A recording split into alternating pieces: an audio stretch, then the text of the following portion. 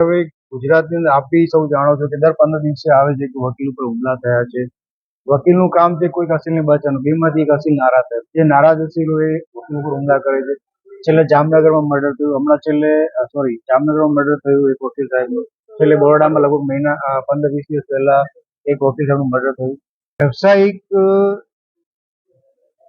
ના અનુસંધાને અસીલો ખાર રાખીને વકીલો પર હુમલા કરતા રહે છે, જે ખરેખર બહુ નિંદનીય છે. આ વસ્તુ ભવિષ્યમાં ફરી રિપીટ ના થાય, અને જો થાય તો એવા આરોપીઓ સામે કડક ખાતે પગલાં લેવાય અને એની સામે તાત્કાલિક વકીલને ન્યાય મળે એ દિશામાં એડવોકેટ પ્રોટેક્શન તાત્કાલિક અમલમાં આવે એ દિશામાં અમારા પ્રયત્નો છે.